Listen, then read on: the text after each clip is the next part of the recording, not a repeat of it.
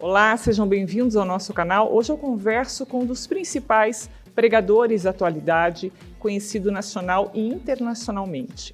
É palestrante, conferencista, escritor, apresentador de TV e pastor da primeira Igreja Presbiteriana de Vitória e também de Pinheiros, Hernandes Dias Lopes. São muitos atributos, muitos adjetivos. Se tivéssemos que reduzir a um termo só, como o senhor gostaria de ser apresentado? Seja bem-vindo, pastor. É um privilégio, Soraya, estar aqui com você no seu programa. Eu acho que a melhor definição é servo de Cristo. É isso que nós somos em essência. É um privilégio muito grande estar aqui com você nessa entrevista. Que bom, igualmente, pastor. Vamos começar falando um pouquinho sobre o que a gente está vivendo nesses últimos meses, nesse último ano.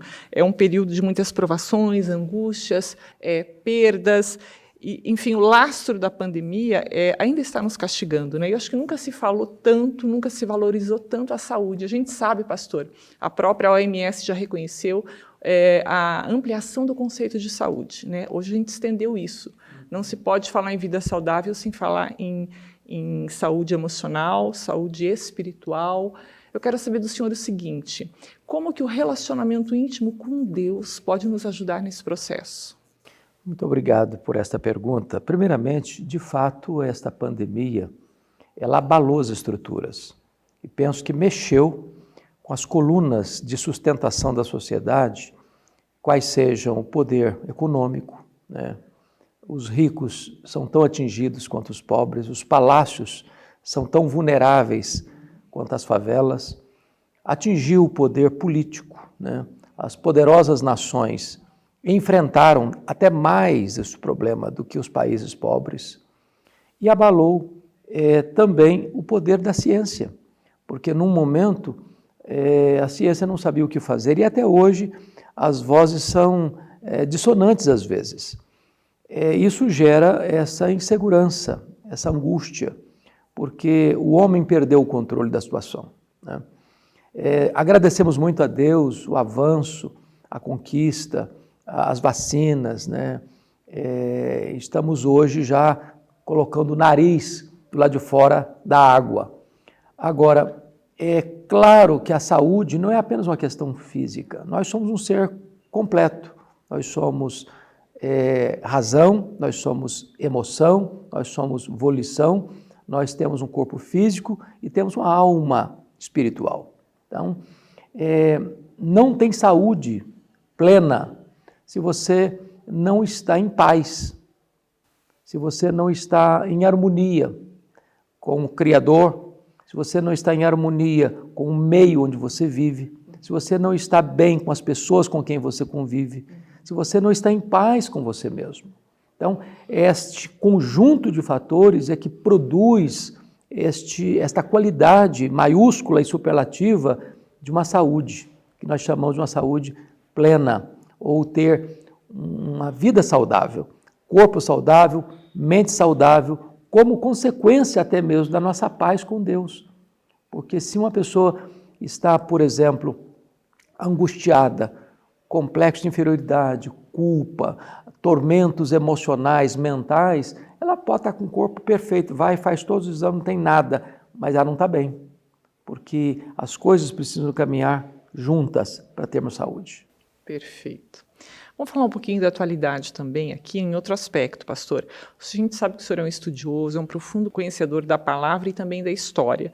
Nos últimos dias a gente tem visto aí graves conflitos no Oriente Médio, né, entre israelenses e palestinos. E uma ameaça também se desenha entre China e Austrália, né? O mundo está um pouco tenso. Qual que é a leitura que os cristãos devem fazer desse momento atual, né? A gente deve acreditar que a gente está próximo ao que está descrito no livro de Apocalipse? Qual que é o seu posicionamento sobre isso? Veja bem, o mundo sempre esteve em conflito. A história da humanidade, Arnold Toynbee disse que é a história das guerras. O Senhor Jesus Cristo, no seu sermão profético, apontando para o tempo do fim, e os sinais que antecederiam a sua segunda vinda, pontuou que haveriam guerras e rumores de guerras, inclusive epidemias, que nós chamamos hoje aqui, nessa questão da Covid, uma pandemia. Então, o mundo sempre esteve em convulsão. O que chama atenção para nós é que nós estamos como que num funil, porque esses sinais haveriam de aumentar espantosamente. A paz que nós temos hoje não é a paz de paz, é uma paz do medo. Eu estou em paz com você porque eu sei que você tem poder de fogo para me atacar. Então, não houvera isso, o mundo já estaria engolido pelos interesses das superpotências ou pela ganância ou por outras razões, sejam religiosas, sejam políticas, sejam econômicas. O que nós podemos claramente perceber é que isso está completamente sintonizado com o que o Senhor Jesus Cristo, os profetas e os apóstolos apontaram para nós como sinais do tempo do fim. Não tenhamos dúvidas disso. Nós não podemos marcar datas. Todas as pessoas que marcaram datas, não, isso aconteceu porque está cumprindo isso, então vai ser nessa geração. Eu li um artigo recentemente que a pessoa diz, não, olha, essa guerra aí de Israel e os palestinos está cumprindo essa profecia e vai ser nessa geração. Toda pessoa que tem esse tipo de datação se frustra, entra em rota de colisão, porque o próprio Jesus também disse, esse dia não é da competência do homem saber, isso é da economia de Deus. Então não pode marcar data, mas que temos que ler as placas, ver os sinais e a perceber que Jesus nos alertou, isso é absolutamente sensato e necessário. Perfeito. Pastor Hernandes, a gente está presenciando o crescimento da fé evangélica no Brasil e, segundo a pesquisa do Instituto Datafolha do ano passado, se é que a gente pode considerar alguma pesquisa do Instituto Datafolha, mas ela é real, quase um terço da população do país, cerca de 31%, é composto por evangélicos. Com esta expansão, a gente viu crescer também a teologia da prosperidade, muitas estrelas gospel e uma dependência da pessoa comum com relação a isso tudo. Eu queria que o senhor falasse um pouquinho sobre isso, que o senhor tem um posicionamento, a gente já conhece, mas eu queria que o senhor comentasse a respeito disso. Bom, primeiramente, Soraya, nós temos que dar graças a Deus porque a igreja cristã, a igreja evangélica no Brasil, de fato, está crescendo. Por outro lado, nós temos que lamentar que boa parte desse crescimento não é um crescimento saudável. Muitas igrejas abraçaram convenientemente teologias estranhas às Escrituras, como você muito bem pontuou, como a teologia da prosperidade. Por quê? Porque o Brasil é um país de várias raças que se misturaram, né? Miscigenado. Certo. Ao mesmo tempo, nós somos um país sincrético, porque, veja bem, você pega o catolicismo dos europeus, você pega o kardecismo, que vem da França, você pega os cultos afros, que vêm dos escravos. Quando você bota tudo isso no liquidificador, você tem uma religião sincrética. O brasileiro é místico por natureza. O brasileiro, 60%, 70% da população vive num cenário ainda de pobreza. Então, esse tipo de teologia que você dá 10 e recebe 100, e se você tem fé, você vai ser rico, você não vai andar de Fusca, você vai andar de Mercedes, você vai viver em um apartamento de cobertura, você não vai ter problema, isso soa bem no ouvido, porque as pessoas estão colocando seus olhos aqui agora. Essa teologia é falsa, essa teologia é perigosa, porque mais hoje ou mais amanhã essa pessoa vai se frustrar, ela vai encarar a realidade. E não é exatamente isso que a Bíblia ensina. Não estamos dizendo que quando uma pessoa conhece a Cristo, é convertida a Cristo, que ela não vai ser próspera. Vai ser próspera sim. Ela não vai gastar com cachaça, ela não vai gastar com drogas, ela não vai gastar com jogo, ela não vai gastar com prostituição, ela vai trabalhar, ela vai saber economizar, ela vai saber investir. Então, isso é verdade. Agora, esse toma cada lá, essa troca, essa barganha com Deus, isso é falso, absolutamente falso. Então, qual o problema disso? É que você tem um crescimento numérico e tem uma diminuição de influência. A igreja evangélica poderia ser sal que salga, ela poderia ser luz que ilumina, ela poderia ter uma reverberação de testemunho muito maior do que tem. Porque hoje, infelizmente, quase que a igreja está sendo mais conhecida pelos seus escândalos do que pelo seu exemplo.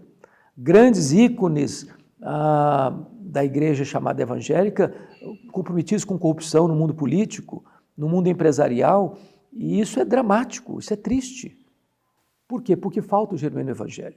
Agora, por outro lado, as igrejas que têm uma teologia saudável, têm compromisso com a integridade das Escrituras, da Palavra de Deus, tantas vezes também são muito remissas, muito lerdas, muito devagar no seu ímpeto missionário e evangelístico, e às vezes se acomoda.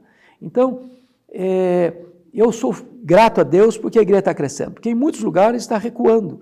Nós estamos vivendo uma época, Soraya, de uma forte inclinação da sociedade para o secularismo, para o materialismo, para o hedonismo e para o marxismo cultural, que tem um propósito de destruir a cultura judaico-cristã, que tem como propósito destruir as bases da família, que tem como propósito desconstruir por completo os valores do cristianismo. E isso é dramático, isso é terrível, porque as pessoas parecem que não estão enxergando isso, porque quando você destrói os valores judaicos cristãos que foram a base da cultura, maiormente da cultura ocidental, ao longo dos séculos, você está dando um tiro no pé. Você está destruindo a você mesmo. Isso é autofagia, isso é autodestruição. Nós estamos semeando o desastre para as futuras gerações colherem a tragédia. Muito bem. Eu tenho uma pergunta que eu pontuei aqui, que em parte o senhor já respondeu, mas eu gostaria de fazer ainda assim, né? É com relação à reforma protestante. Esse ano acho que são 504 anos, né, de reforma protestante. Isso. Que foi um retorno lá naquela época às escrituras sagradas, quando Martinho Lutero teve essa percepção, né? Exato. Que a igreja seguia práticas que não eram conduzentes às escrituras. Hoje, de um modo geral, pastor, o senhor acha que a realidade está diferente, embora o senhor já tenha comentado a respeito disso, e eu vou voltar de novo num ponto com relação a essas igrejas, a essas congregações que hoje chamam a atenção da população, trazem pessoas para a igreja através daquele culto mais com show, com luzes, estrelas gospel. Qual que é o seu posicionamento com relação a isso e a incursão nas redes sociais, a tecnologia? Muito bem, muito obrigado. Eu acho que nós precisamos hoje uma nova reforma na igreja evangélica. E isso eu estou dizendo é voltar às Escrituras. Muitas igrejas cresceram, se expandiram, mas não tem evangelho. Não se prega sobre arrependimento, não se prega sobre justificação pela fé, não se prega sobre conversão, sobre vida eterna, sobre o senhorio de Cristo, sobre a bem-aventurança eterna. Então, é chamado de evangélico, mas não tem evangelho, né? Segundo aspecto, nós precisamos de um revivamento daquelas igrejas que professam a fé cristã e subscrevem a fidelidade às Escrituras, mas perderam o fervor, perderam o brilho dos olhos. É preciso um reavivamento.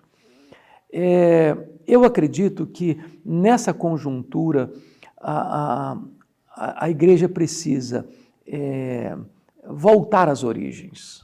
Voltar às origens. E voltar às origens significa voltar à simplicidade do Evangelho, voltar à pureza do Evangelho, voltar à vida de piedade, voltar aos princípios lá da reforma do trabalho íntegro, da academia comprometida com vida, né? Nós estamos assistindo hoje as nossas grandes universidades transformando antros, às vezes, de drogas, de prostituição, os valores destruídos, a família arruinada, onde há uma ditadura do relativismo moral. Então, isso é trágico, porque se você projeta isso para algumas décadas, vira o caos, vira o caos. Por outro lado, você disse a questão das redes sociais, da importância das redes sociais. Eu acho que nós vivemos, Soraya, no período mais fantástico da história da humanidade. Eu fico imaginando o apóstolo Paulo hoje, com todas essas ferramentas nas mãos. Ele que, sem recursos, percorreu todas as províncias do império e plantou igrejas, e influenciou cidades, províncias. Paulo hoje com televisão, com rádio, com YouTube, com Facebook, com Instagram, com as redes sociais nas mãos, já faria uma revolução mundial. mundial. Nós não podemos pregar para 4 paredes hoje se nós temos janelas abertas para o mundo. É um crime de mordomia, de uso dos dons, dos recursos, eu apenas me contentar em falar para 4 paredes, seja com um auditório de 100 pessoas ou de 10 mil pessoas, se eu posso falar para o mundo. Então, acho que as igrejas evangélicas precisam acordar para isso. Agora, qual o problema que está acontecendo hoje? É o estrelismo. Como você muito bem disse, às vezes querem um culto show.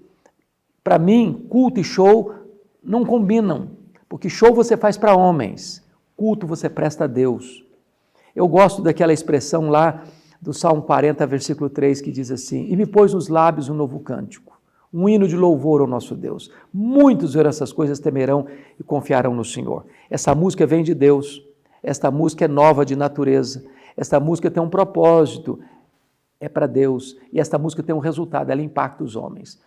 Quando você vê hoje luzes, artistas, ícones, estrelas, artistas assim que querem ser tratados como astros de cinema na igreja, sejam cantores gospel ou sejam pregadores, eu acho que nós estamos na contramão. Não tem espaço para o homem brilhar se Jesus está brilhando. Eu costumo dizer que se o sol está brilhando, as estrelas não podem brilhar. Se Jesus está no centro, não tem espaço para os homens brilharem. Todos nós estamos nivelados no mesmo patamar, somos servos. A igreja precisa voltar a essa simplicidade. E eu nem estou dizendo que as pessoas não possam ter reconhecimento popular ou não possam ter milhares, até milhões de seguidores, não estou falando disso. Estou dizendo que toda pessoa, não importa onde ela está, ela precisa reconhecer que a glória só pertence a Deus e Ele é apenas um instrumento nas mãos de Deus. Se Deus tirar a mão da gente, como dizia Billy Graham, a gente é barro e vira pó. Perfeito, mais sensato impossível. A gente chegou ao final do nosso tempo aqui, infelizmente, a gente poderia conversar por horas aqui, muitos assuntos ainda, pastor, mas se Deus permitir vai ter outras oportunidades. Eu só queria finalizar, queria que o senhor deixasse uma mensagem para o homem comum aqui, para a gente saber como a gente deve atravessar esses tempos difíceis, né, que a gente está vivendo, por favor. Bom, eu vou falar diretamente então com as pessoas que estão nos acompanhando. Eu sei que esse é um momento difícil, de angústia, de dor e até de medo. Medo de ficar desempregado, medo de passar necessidades, ou medo da sua empresa entrar num colapso financeiro, ou medo de você ser infectado por esse vírus, ou medo de que a vacina não chegue a tempo, ou medo de ser hospitalizado, de ser entubado, ou medo de morrer, ou medo de enterrar alguém da sua família, a quem você ama. A questão nem mesmo é não ter medo, porque isso é uma situação pertinente à vida humana. Nós somos seres vulneráveis. Mas lá no Salmo 56, versículo 3, o salmista diz assim: em me vindo temor, eu hei de confiar em ti. Na hora que você não tem mais controle da situação, põe os seus olhos em Deus. Ele é o refúgio verdadeiro. Ele pode sustentar você. Ele pode socorrer você. Ele pode mudar a sua sorte, transformar o seu coração, dar paz à sua alma, dar segurança a você, dar vida eterna a você. Nas calamidades da vida, o melhor lugar para você estar é debaixo das asas do Deus onipotente, até que passem as calamidades. Então se volte para Deus. Ele é o refúgio verdadeiro. Nele você encontra segurança, vida e paz. Muito obrigada, pastor. Muito obrigada mesmo. Bom retorno, abençoado retorno, uma ótima semana para o senhor. Muito obrigado, Soraya. É uma honra estar aqui com você. Igualmente. A gente vai ficando por aqui desejando para você que está aí também uma semana boa, produtiva e abençoada. A gente se encontra. Até mais.